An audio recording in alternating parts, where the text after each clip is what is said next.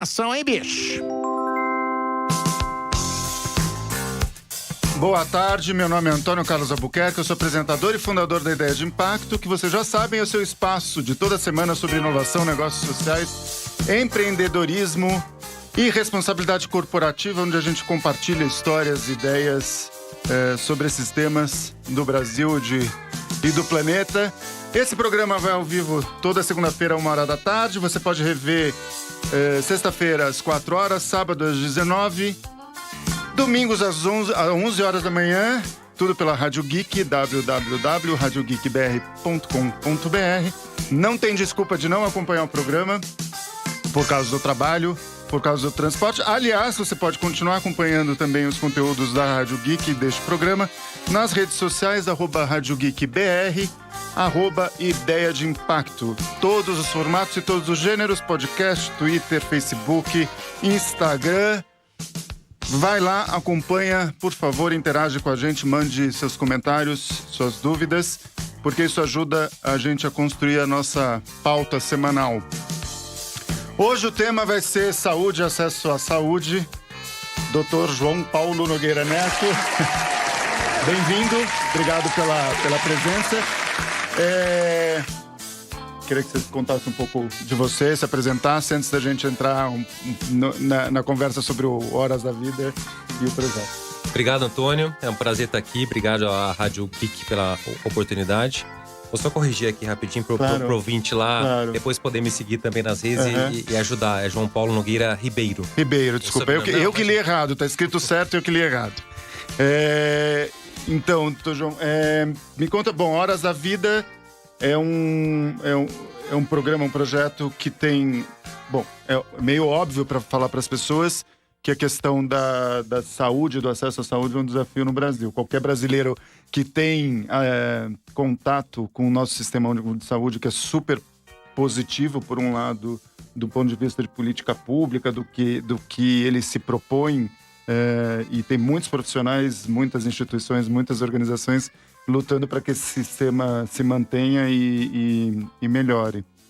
Mas a gente também tem uma questão de urgência de atendimento e de acesso da grande maioria da população, que infelizmente não pode suprir a deficiência do Sistema Único de Saúde para ter acesso a essa saúde. Exatamente. Eu acho que está numa hora, Antônio, que a gente vive uma complexidade, uma mudança muito rápida, novos tempos, e que a gente deveria reclamar menos e fazer mais. Uhum. E aí, esse foi um dos espíritos que me fez,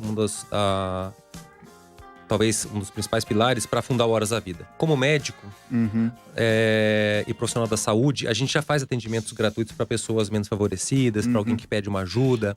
Então, no final de 2012, imaginei, puxa, se fizesse isso de uma forma estruturada, mais pessoas poderiam ter um atendimento de saúde de boa qualidade. E mais médicos ou mais profissionais da saúde poderiam também fazer um voluntariado de uma forma mais estruturada. Aí nasceu o Instituto. Então ele nasce, hoje ele é uma ONG, e ele nasce com a missão de viabilizar e otimizar o voluntariado na área da saúde. Então hoje médicos, dentistas, psicólogos podem doar 1h do seu tempo no seu próprio consultório ou em ações coletivas e mutirões que a gente faz.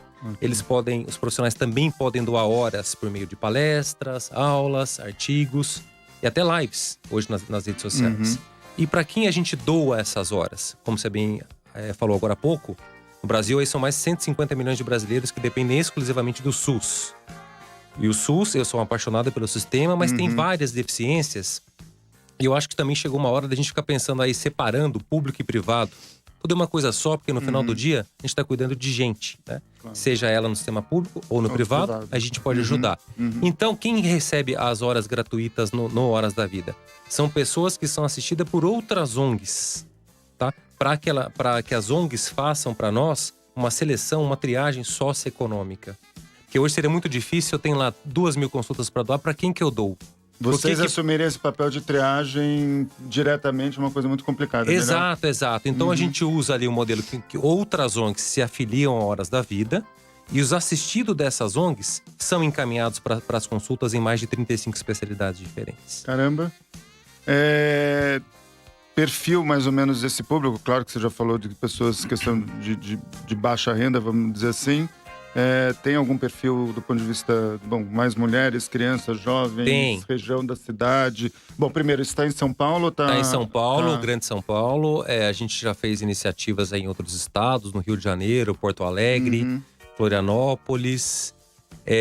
A gente está agora com um projeto novo lá no norte da Bahia, viabilizando endoscopia em áreas remotas. Então, com uma carreta, viabilizando endoscopia em áreas remotas. E isso aí é uma triangulação entre empresas, patrocinadores e poder público, como a gente vai somando forças para chegar onde as pessoas estão com dificuldade.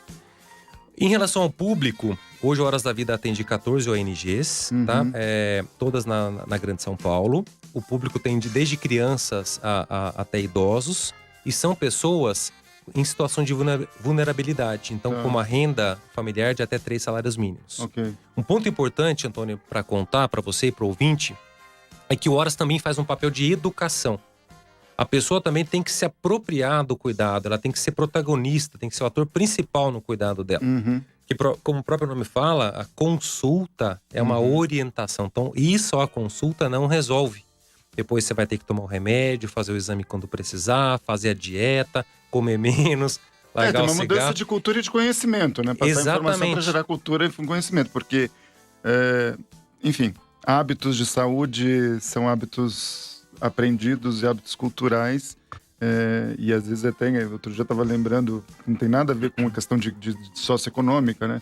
Eu trabalhei muito tempo com estrangeiros e eu me lembro de estava trabalhando numa empresa, numa consultoria, e saí com uns franceses, e quando a gente voltou do almoço, né, enfim, todo mundo foi pegar suas escovas de dentes, e o francês olhou pra mim e falou assim: nossa, mas por que todo mundo foi ao banheiro? Eu falei: pra escovar os dentes. E ele falou assim: mas por quê? E aí eu fiquei absolutamente chocado, porque Sim. é isso que eu tô falando, que, mano, e assim, gente, sem generalizar a questão dos franceses, neste francês específico foi essa situação, mas me chamou a atenção que é um país que tem uma cultura e um nível cultural e socioeconômico muito bom, mas como é uma questão de hábito, né?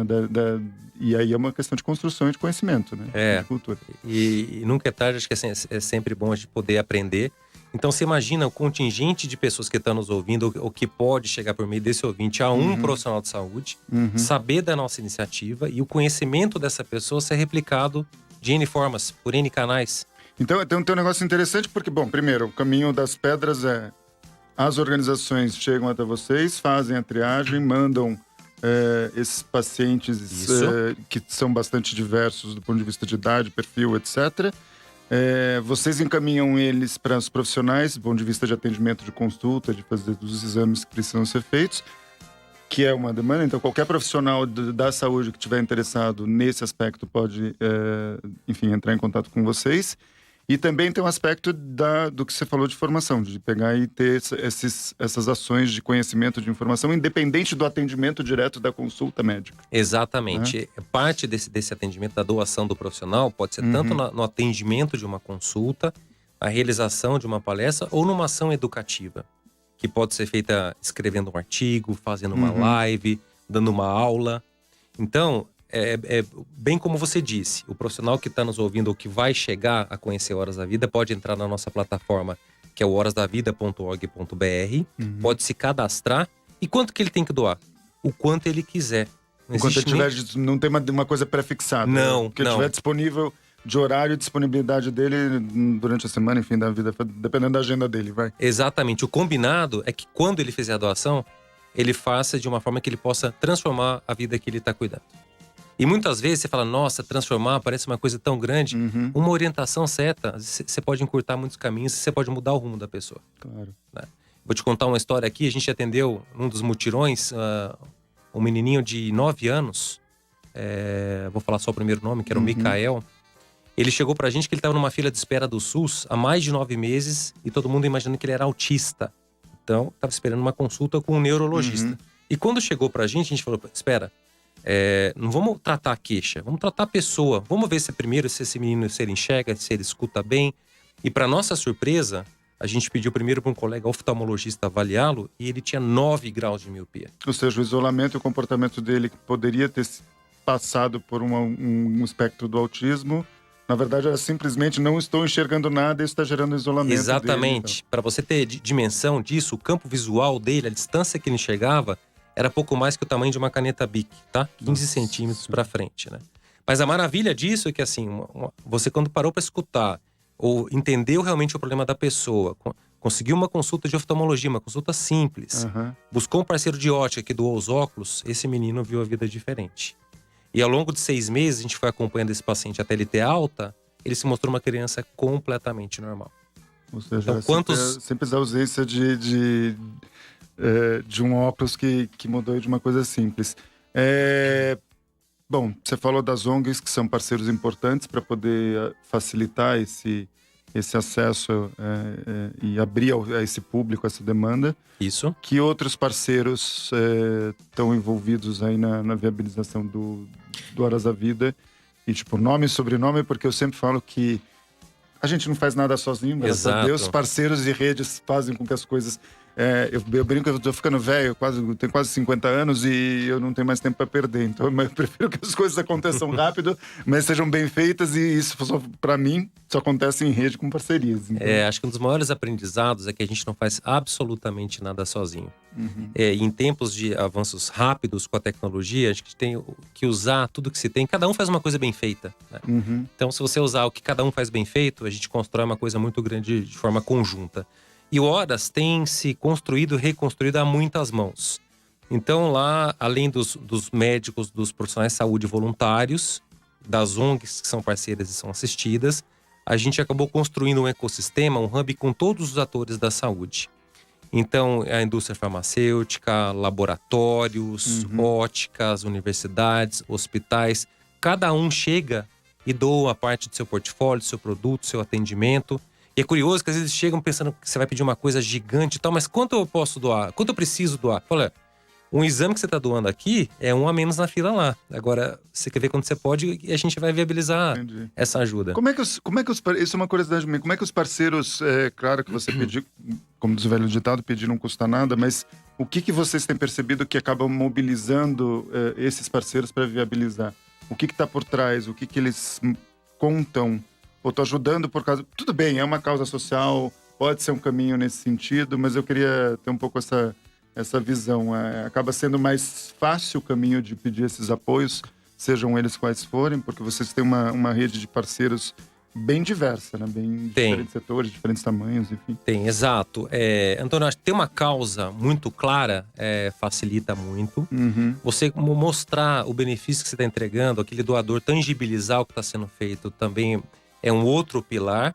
E o que a gente aprendeu também, que na verdade as empresas que apoiam, o apoio está ligado ao core business dessa empresa, está ligado ao produto que essa empresa, produto ou serviço que essa empresa faz sentido para ela, né? Faz sentido para ela, faz sentido para todo mundo. Então é usar isso de uma forma inteligente e está tudo certo, de uma forma transparente, onde cada parte faz o que compete a cada um, e as entregas, os resultados estão aí para ser mensurados e retroalimentar essa cadeia. Maravilha. Você estava me contando de algumas ações fora da Grande São Paulo, que, digamos, é a área principal de atuação de vocês. Como é que vocês começaram? Bom, primeiro, porque ir por esse caminho?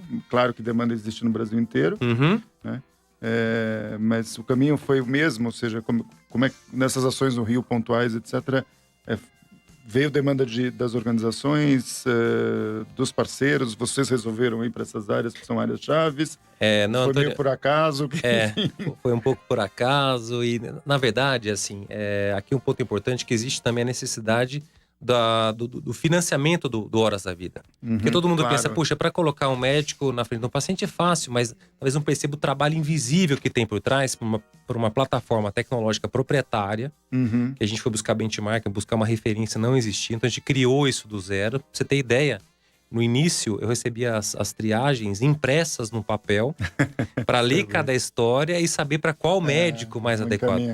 Hoje a gente tem uma plataforma baseada em inteligência artificial, machine learning, que ajuda, que facilita todo esse encontro e a geolocalização para o consultório disponível mais próximo. Então, essas ações fora de São Paulo aconteceram quando tem um pedido, uma questão estratégica, ou principalmente um patrocinador. Porque empresas podem replicar o que a gente faz de forma gratuita para o Horas da Vida para populações que essa empresa julga interessante. Entendi. Então, por exemplo, tem uma grande indústria farmacêutica que fala, olha, do lado da minha planta, onde eu produzo lá os remédios, tem várias escolas públicas e eu sei que essas crianças não têm esse benefício da avaliação visual. Eles contrataram Horas da Vida para fazer mutirões para a gente cuidar dessas crianças. E olha que a gente mapeou lá numa região 8.000 crianças, das quais 3.000 saíram com óculos. Caraca. Você vê que é um percentual alto. É muito alto. Né? Então, é um ganha-ganha. A empresa cuidou bem da comunidade do entorno, a comunidade do entorno se relaciona melhor com essa empresa, o Horas da Vida viabiliza o voluntariado, parte do que é arrecadado ajuda no financiamento do Instituto Horas da Vida. Claro. Não, eu acho interessante porque, enfim, para mim é meio óbvio, porque como empreendedor e trabalhando com empresa e com organizações eu já passei por isso, mas acho que é importante também entender que a iniciativa de impacto acontece, a organização é não governamental sem fins lucrativos, mas ela criou uma metodologia, criou uma ferramenta, criou uma estrutura, criou um modo de fazer as coisas que acaba otimizando o tempo de quem quer fazer algo parecido, não precisa inventar a roda. Eu acho que é uma das coisas, quando eu estava conversando aqui na rádio para criar o programa, uma das coisas que e também como profissional, né? Eu sempre fiquei muito incomodado e continuo muito incomodado com a história dos projetos pilotos. Eu entendo o que é um projeto piloto como conceito, porque é um teste, mas eu ficava muito incomodado e fico com as empresas que falam, tá bom, é um projeto piloto. Quanto tempo ele tem? 12 anos. Não dá para ser piloto. Ele precisa ter alguma coisa de escalar isso, claro. Ou virar aquela coisa, não, esse projeto funcionou porque naquela cidade, naquele contexto, naquela região, e fora dali não sai de nenhum lugar. Eu acho que é isso que vai gerar, e com todo respeito às organizações que têm esses desenhos ou esses desafios, mas eu falo, o impacto só vai gerar quando você começa a replicar as coisas e mostrar o caminho das pedras no sentido de encurtar o tempo das coisas serem feitas. Então você imagina, para pegar a tua história, se uma empresa farmacêutica chama o setor de RH, de responsabilidade corporativa, vamos fazer uma ação com as comunidades. Aí vai a empresa junto mapear as ONGs. Aí vai ver o que tem criança. Ou vai falar com a Secretaria de Educação para poder entrar nas escolas. O tempo que isso ia levar, além disso, fala, então vamos atrás de uma clínica, de um hospital. Ou seja, fazer todo esse processo, quando na verdade foram bem mais inteligentes de buscar alguém que já está fazendo isso há bastante tempo e tem como fazer de uma maneira mais efetiva e gerar mais impacto para o final, que é o que interessa. Exato. Né? Independente eu te contei um case aqui, um exemplo de uma farmacêutica que patrocinou, que teve ali o apoio financeiro, que é muito importante para a gente se financiar e continuar crescendo. Mas teve um outro também muito interessante em 2014, na cidade de Campos do Jordão. Campos, uma cidade turística, né, que recebe milhares de visitantes lá no inverno, mas no decorrer do ano, a rotina da cidade, ela conta com um médico urologista. Nossa, na cidade inteira. Na cidade inteira, no sistema público, né? Claro. E aí a gente recebeu lá uma ligação do secretário de saúde e falou, olha, puxa, eu tô com um problema aqui, tem mais de 250 homens na fila, muitos nunca passaram por médico na vida. Eu vi aí Horas da Vida, tem como fazer alguma coisa aqui? Eu fiquei com aquilo quebrando a cabeça no final de semana. Aí no próximo eu falei, puxa, mas espera, Campos do Jordão é uma cidade turística que recebe vários eventos médicos. Então a gente teve a ideia de fazer uma triangulação, Antônio. A gente pegou um final de semana que foi, felizmente, um pouco adiante, próximo, onde haveria um congresso brasileiro de urologia. Ou seja, tem mais de 900 urologistas na cidade. A prefeitura emprestou o local público, Horas da Vida entrou com a metodologia e a triagem. Em 48 horas a gente zerou a fila e sobrou médico querendo atender paciente. Poxa, que incrível, né? Porque é justamente isso, usar a capacidade e otimizar a capacidade. Aprendizados do ponto de vista de dificuldade. Eu acho que todo caminho de uma nova iniciativa tem coisas muito boas, e graças a Deus elas normalmente são muito maiores e muito mais prazerosas, mas quando eu falo de dificuldade, são desafios mesmo que vocês foram enfrentando e aprendendo com eles, o que vocês têm pela frente. Ou que vocês perceberam aí de desafios no meio desse caminho? Um dos principais foi que esse processo de atender as ONGs, ele não nasceu assim desde o início. Quando eu imaginei, falei, é fácil. Você tem um monte de consulta para doar e tem um monte de gente precisando receber, é só conectar. Mas, infelizmente, no começo, como isso não era feito de uma forma tão criteriosa, alguns pacientes que podiam pagar pela consulta acabavam indo aos atendimentos. Sei. Então, eu recebia colegas que ligavam e falavam: João, eu adorei a plataforma, o programa, só que assim, o relógio dele era melhor que o meu. Entendi. Então, a gente foi tendo que criar essa metodologia e até chegar no modelo das ONGs. Tá? Então, esse foi... E aí, para nós, foi um divisor de águas mesmo, porque aí a gente conseguiu escalar um atendimento muito maior, dando credibilidade, tanto para quem recebe, quanto para quem doa essa hora de atendimento. E essa conversa, essa interface com as ONGs foi uma coisa tranquila? Porque eu pergunto isso porque muitas vezes eu tenho, nas pequenas iniciativas mesmo, para trazer conteúdos aqui para o programa, entrado em contato com algumas ONGs, e a gente imagina, é um programa, tem visibilidade, pode atrair interesse, etc. Meio quase que natural. É como você falou, puxa, como é que alguém não vai se mobilizar para não receber um benefício, ou para receber um benefício, melhor dizendo. E mesmo assim, eu sei que tem algumas dificuldades desse contato. Ele não é tão natural ou nem tão espontâneo como a gente imagina. Para vocês funcionou bem? Foi legal? Pois é. Também teve um aprendizado aqui, né? No Brasil, a gente conta com mais de 300 mil ONGs, se a gente for pensar. E não dá para ser qualquer ONG, infelizmente. Essa ONG precisa estar estruturada. Né? Então, primeiro a gente criou lá um processo. A gente foi aprender com quem fazia isso, um processo de validação, de seriedade, de estruturação dessa ONG. Se ela tinha ali um estatuto, se ela era consolidada formalmente, se ela tinha auditoria externa independente. E se ela tinha uma pessoa para fazer a comunicação entre o assistido e o Horas da Vida. Entendi. Porque essa população, Tony, é uma população muito pouco escolarizada. Então ela ou é analfabeta ou tem um índice de analfabetismo funcional grande e precisava de alguém que fizesse esse intermédio para inserir os dados na plataforma. Hoje, com parceiros, a gente está criando um aplicativo por comando de voz para facilitar essa triagem, como a gente atende até alguns refugiados, até em outras línguas. Para facilitar então, isso que eu acho incrível da tecnologia, essa conexão e a gente aumentar, tirar esse gargalo, mas ainda a gente precisa dessa pessoa que faz a comunicação, porque às vezes a pessoa não tem um endereço fixo, não tem lá... Quase todo mundo tem um celular, mas tem que ter o Wi-Fi quando tá ali na ONG, em casa ela não tem para receber a comunicação. Então essa pessoa que hoje quem faz o serviço social de cada ONG ainda é fundamental. Então, não é qualquer ONG, essa ONG precisa ter um mínimo de estrutura para poder receber isso. Não, eu acho que é fundamental, porque vocês acabam gerando também um dado e uma informação de perfil, de público, de atuação. Me lembra muito, alguns anos, há bastante tempo atrás, por volta dos anos 2000, eu estava trabalhando num projeto de cooperação com o Canadá e tive a chance de conhecer o trabalho da Pastoral da Criança. Tá. Né? E foi muito interessante. Na época eu estava muito focado na questão de avaliação e monitoramento de impacto. Né? E eu pensando naquele projeto gigantesco no Brasil inteiro, que fez lembrar foi um pouco a tua história, de como você recebe as informações.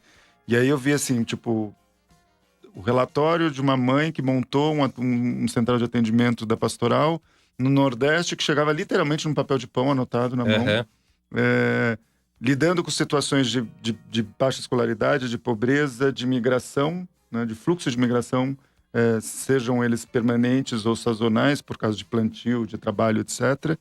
E tudo isso, apesar de tudo isso, e eu estou falando de 2000, significa que a internet e todas as coisas, praticamente a época do mimeógrafo, quem não souber dar um Google, mas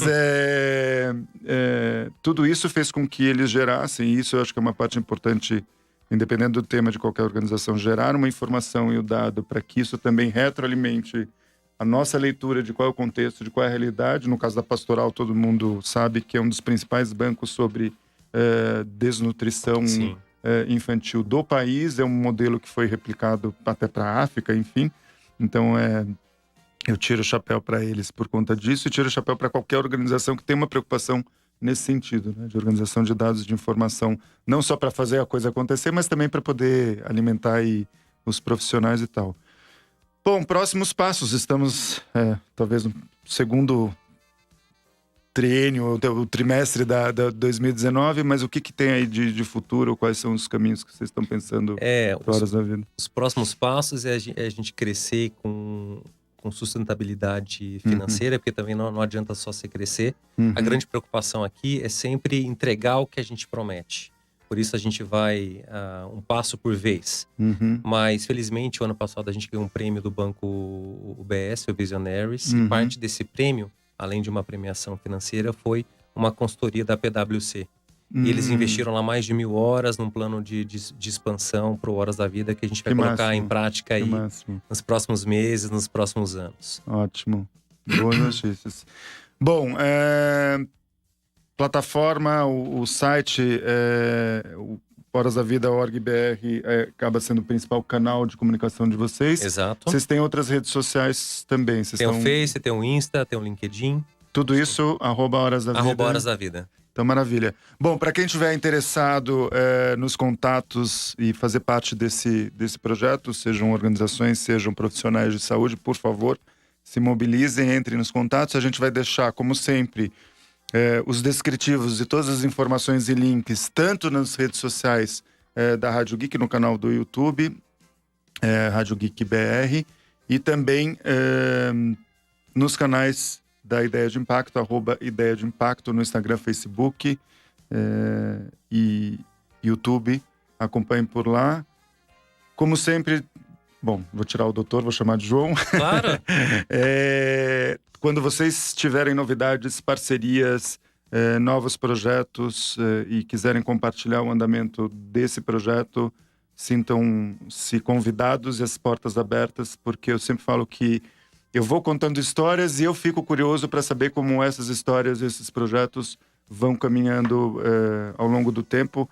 E como eu já falei, eu acho que o objetivo do programa e da conversa é mostrar um pouco o caminho das pedras para que outras pessoas que queiram fazer algo parecido ou que tenham pensado em fazer algo parecido ajudem a fazer isso e disseminar essa informação e não tenham que começar do zero, porque a gente não tem mais tempo para isso. Exato. Então, acho que os 3 pilares ali do Horas: pacientes, que podem entrar por meio de associações. Então, se não pertencer a uma das associações que a gente assiste, pode indicar uma ONG para ser parceira. Profissionais de saúde podem se voluntariar, se cadastrem lá para receber os nossos comunicados e atuar quando puderem. E empresas que podem ser patrocinadoras ou podem contratar projetos para que a gente continue crescendo. E para quem está ouvindo, eu queria só reforçar o slogan do Horas, que é Horas da Vida, uma hora que muda a sua vida. Às vezes a gente escuta que muda mais de quem doa do que de quem recebe. E acho que ter atenção com o próximo, esse olhar, uma gentileza, um sorriso, um cumprimento, você já está fazendo algo diferente. Às vezes, quando a gente pensa em inovação, eu penso que tem que fazer uma coisa muito grande, mas acho que dá para fazer no dia a dia com quem está na nossa frente. Eu sempre falo que inovação não é tecnologia, é só você pensar jeitos novos de fazer coisas que muitas vezes ou a gente esqueceu ou a gente tem jeito de fazer diferente.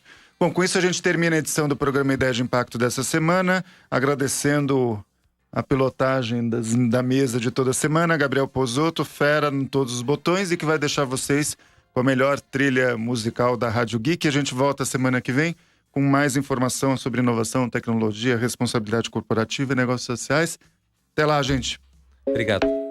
Rádio Geek aí, hein, meu?